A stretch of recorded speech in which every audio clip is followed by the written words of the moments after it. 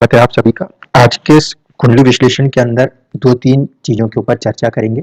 एक, बहुत सारे लोगों का ये सवाल उठ जाता है कि अगर कोई ग्रह नीच राशिस्थ हो रहा हो, तो उसके किस तरीके से प्रभाव को समझा जाए। एक, दूसरा, इस चार्ट के अंदर हम मैरिज को भी इंक्लूड करके चलेंगे, क्योंकि लगन और नवांश दोनों को मिक्स करने की कोशिश करेंगे। सबसे पहले नीच ग्रह के रूप में अगर हम देखेंगे तो यहाँ पे हमें सूर्य देव जो हैं वो 7 नंबर की राशि में बैठे हुए दिखते हैं, तकरीबन 14 डिग्री के अपने पर्टिकुलर पॉइंट पर। नक्षत्र है स्वाति। नक्षत्र के स्वामी जो होंगे वो होंगे राहु देव। राहु जो है वो इस कुंडली में शुक्र की ही राशि में जाके बैठे हुए हैं। अब पहले सोचने का ढंग देख लीजिए। लगन जो है वो 27 डिग्री का है। उत्तराषाढ़ा नक्षत्र है, स्वामी होते हैं सूर्य। कहीं ना कहीं सोचने का जो ढंग है वो कहीं अपने आप में सूर्य से कनेक्टेड है।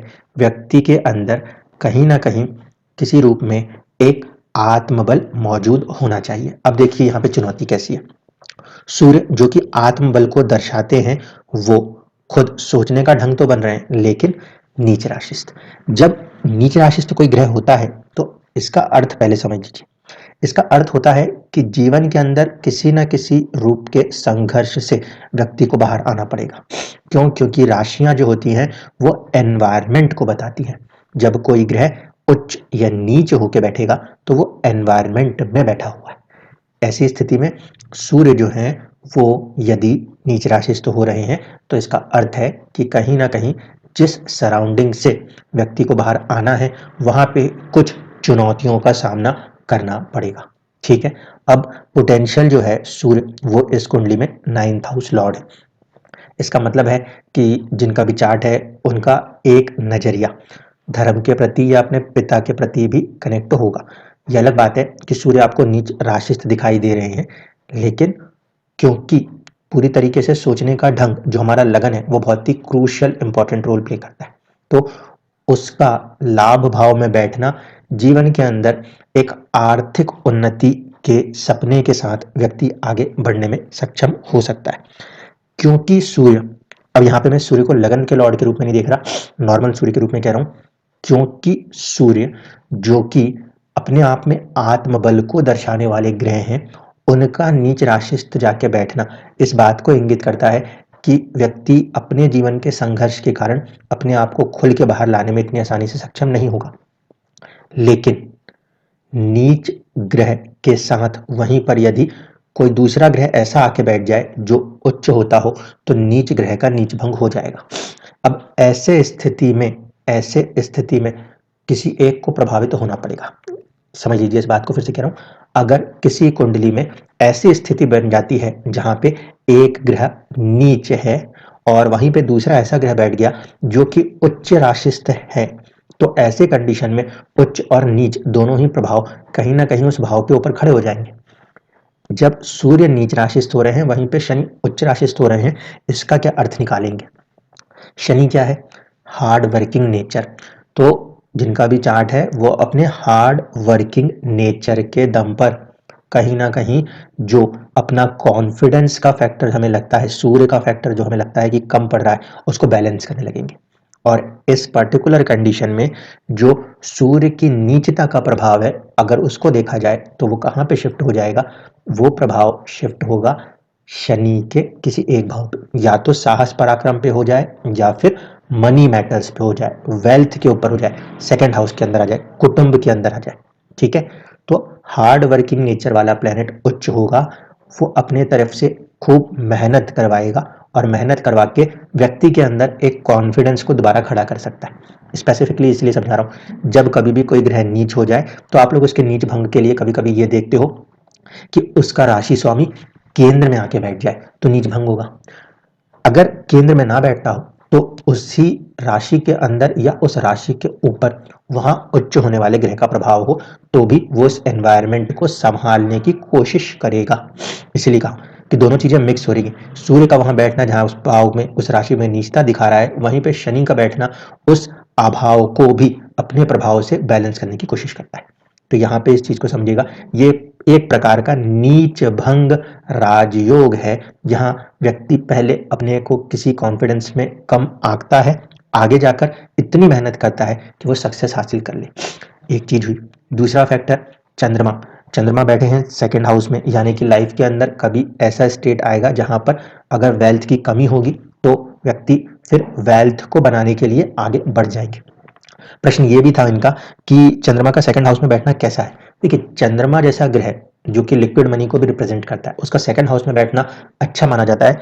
क्योंकि वो ना सिर्फ कि धन के मामले में बल्कि इक्वलेंट अमाउंट में घर के अंदर की चीजों को भी संभालने में सक्षम हो जाता है, क्योंकि चंद्रमा में इमोशंस होते हैं। सेकंड हाउस में बैठेगा, वाणी का भाव हो, वहां पे वो हम इतना बुरा नहीं कह सकते। सिर्फ एक कंडीशन है, नीच राशि ना हो जाए, क्योंकि मन जो है फिर उसमें डिस्ट्रैक्शन आ जाएगा। तो वो शनि की राशि में बैठे हैं, अच्छे बैठे हैं। इस कुंडली में वो 8वें भाव के स्वामी हैं। अचानक से धन की स्थिति को परिवर्तित करने की क्षमता चंद्रमा के पास है। तो ये एक चीज हो गई। दूसरा फैक्टर देखिए, first house Lord Jupiter connect हो रहे हैं फिफ्थ हाउस लॉर्ड मार्स के साथ, जो कि 12th हाउस लॉर्ड भी है और जुपिटर फोर्थ हाउस लॉर्ड भी है। तो एक समय अवधि के बाद जीवन में ऐसी कोई परिस्थिति बन सकती है कि आपको जाकर विदेश में रहने का मौका मिले। फोर्थ हाउस लॉर्ड प्रॉपर्टी को रिप्रेजेंट करने वाले का संबंध 12th हाउस से हो रहा है, एक चीज। इसी तरीके से गुरु जो कि केंद्र के स्वामी हैं, उनका एक संबंध मंगल से हो रहा है, जिसे कि राजयोग की श्रेणी में लिया जा सकता है। गुरु के पास डायरेक्शनल स्ट्रेंथ होने की वजह से, जुपिटर अपनी राशि में होने की वजह से काफी स्ट्रेंथ ले लेंगे। एक चीज तो ये हुई। दूसरा फायदा जो इस कुंडली में है, जैसे यहाँ पे शुक्र को देखकर लोगों को लगता है कि बहुत ही ज्यादा खर्चीले व्यक्ति होंगे, तो ऐसा है नहीं। राहु केतु के प्रभाव में और केतु की राशि होने के कारण कहीं ना कहीं शुक्र की जो तत्व हैं, भोग के जो तत्व हैं, उनको केतु रोके रखेगा।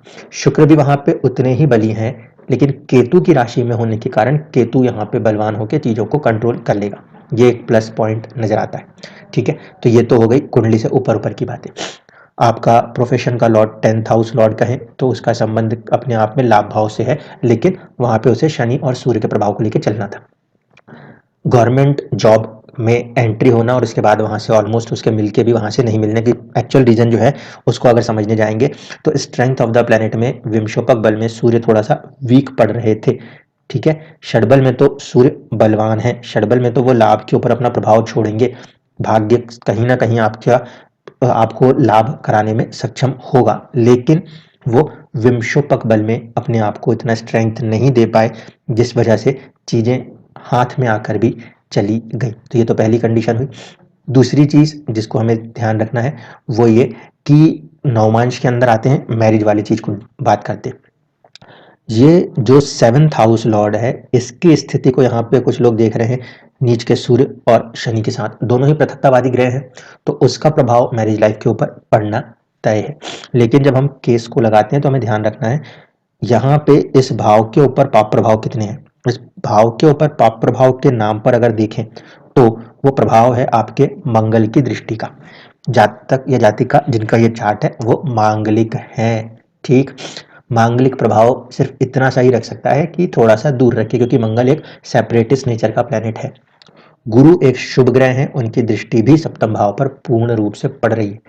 इस वजह से जो भाव है उसको सुरक्षित रखा हुआ है।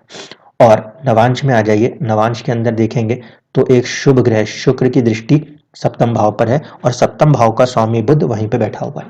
अब यहाँ पर नवांश को देखें या लगन को देखें, दोनों को देख के ही बैलेंस किया जाएगा। जो पार्टनर हैं इनके, वो पार्टनर को विदेशों में जाके काम करना पड़ता है और वहां से उनको जो भी एक अर्निंग्स है वो मिल रही होती है। ठीक है, पार्टनरशिप का लॉर्ड या मैरिज का लॉर्ड बुध हुए, बुध जाके कहाँ बैठे हैं, शुक्र की राशि में, मित्र की राशि है, उन्हें वहां पे कोई प्रॉब्लम नहीं है। ठीक है, दूसरी चीज कि कहीं ना कहीं नवांश के अंदर वो अपने मैरिज को 7th हाउस के अंदर बैठ के उसको स्ट्रेंथ दे रहे हैं। तो लगन कुंडली में जो उनका प्रभाव है, शनि और सूर्य का साथ में आना, सेपरेटिस्ट प्लेनेट के साथ बैठ के जो बुध है वो किस नेचर को ले लेंगे, सेपरेटिस्ट नेचर को ले लेंगे। तो उस नेचर के प्रभाव के कारण जो पार्टनर है उनको अपने प्रोफेशन की वजह से दूर दूर रहना पड़ता है और कहीं ना कहीं ये चीज यहाँ पे कनेक्ट होती है। इसी चीज को आप यहाँ से भी देख सकते थे, वैदिक वीकडे लॉर्ड जो है वो इनका बुध है, इस कारण से यहाँ पे मर्क्यूरी खुद सॉर्ट ऑफ अ सन का रोल निभाता। इसीलिए ऐसे कंडीशन में अगर मैरिज होती भी है तो दूर दूर रह के, टूरिंग जॉब वाली सिचुएशन जो हम कहते हैं उस तरीके के फॉर्मेशन के साथ ही लाइफ ज़्यादा आगे ग्रोथ दिखाती हुई नजर आती है, और इस कुंडली में भी यही हो रहा है एक चीज़। दूसरा, नवांश के अंदर फिर से देखें, क्योंकि ये वर्गोत्तम कुंडली है, ठीक है, जो लगन है 9 नंबर, वही 9 नंबर नवमांश में भी है। यहाँ पे हम देखेंगे तो सूर्य का राहु से संबंध बनता है पराक्रम भाव में, इसीलिए कहीं ना कहीं जो हमने यहाँ पे बात की थी लगन, सोचने का ढंग है, उसके अंदर एक तो साहस पराक्रम आ जाएगा, दूसरा राहु की वजह से डिजायर्स भी बनी रहेंगी। तो जो चीजों की तरफ आगे बढ़ने की प्रवृत्ति है, भले वो सूर्य नीच राशिस्थ है, एक टफ इन्वायरमेंट में है, लेकिन पहले शनि से नीच भंग है और दूसरी तरफ राहु से कनेक्ट हो रहा है। यहाँ से राहु से कनेक्ट होना फिर सूर्य को थोड़ा सा वीक करेगा, क्योंकि वो एक तरीके का ग्रहण है। ग्रहण होने के कारण भी जो मैंने आपसे कहा, गवर्नमेंट की चीज मिलते मिलते हाथ से गई, जिसे हम कॉन्फिडेंस की थोड़ी सी कमी के रूप में कह सकते हैं, क्योंकि कॉन्फिडेंस की कमी क्या बोलूं, एक्चुअल में जो स्थिति उस समय आपके आसपास बनी, वहां पे वो परिस्थितियों ने उसको इस तरीके से काम करवाया है। तो ये एक मोटा मोटा फॉर्मेशन इस तरीके से देखा जा सकता है। दूसरा जो कंसिडरेशन है उसको देख लीजिए, गुरु जो कि यहाँ पे आपके फर्स्ट हाउस में ही बैठे हैं, डायरेक्शनल स्ट्रेंथ लिए हुए, वो भाग्य में कहीं ना कहीं राहु केतु एक्सिस में आकर 9th हाउस से कनेक्ट होते हैं। तो इसकी पूरी पूरी चांसेस बनेंगे कि फ्यूचर में कभी आप विदेश में जाकर रहें। एक आपका जो मोटा मोटा कंसर्न क्वेश्चन था, वो चीज़ें वहाँ पे बनती हुई लगती हैं, क्योंकि लगन कुंडली के अंदर भी कॉम्बिनेशन दिख रहा है और नवांश के अंदर भी जो विदेश का एक रिप्रेजेंटेटिव होता है राहु, उसका प्रभाव भी है, और 9th हाउस लंबी यात्राओं का प्रभाव भी है। ठीक है, दूसरी तरफ पे मंगल को देख लीजिए, जो हमें पहले लगन में बैठे हुए दिखाई देते हैं, वो एक्चुअल प्रभाव 12th हाउस के लिए ही करने की कोशिश करेंगे। इसलिए फ्यूचर में कहीं ना कहीं ये चांसेस बनेंगे कि मैरिज में जिस तरीके से पार्टनर कहीं बाहर सेटल होते हैं, तो आप भी उनके साथ जाकर सेटल हो जाएंगे ड्यू टू दिस जुपिटर।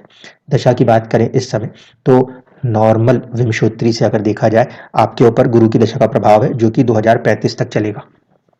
इसलिए ये पॉसिबिलिटीज बन सकती हैं, एक जब ये केतु का प्रभाव चल रहा हो 2026-27 के आसपास वहां पे, या फिर आगे जाते हैं हम तो हमें 29-30 के बाद कुछ ऐसे चांसेस दिखाई देंगे जो बाहर से जुड़ के काम कराने को और भी ज़्यादा आगे बढ़ाते हैं। ठीक है, पार्टनर के चार्ट के हिसाब से जब वो पर्टिकुलर एज फैक्टर बनेगा तो वहाँ पे वो चीज़ें खुलती हैं।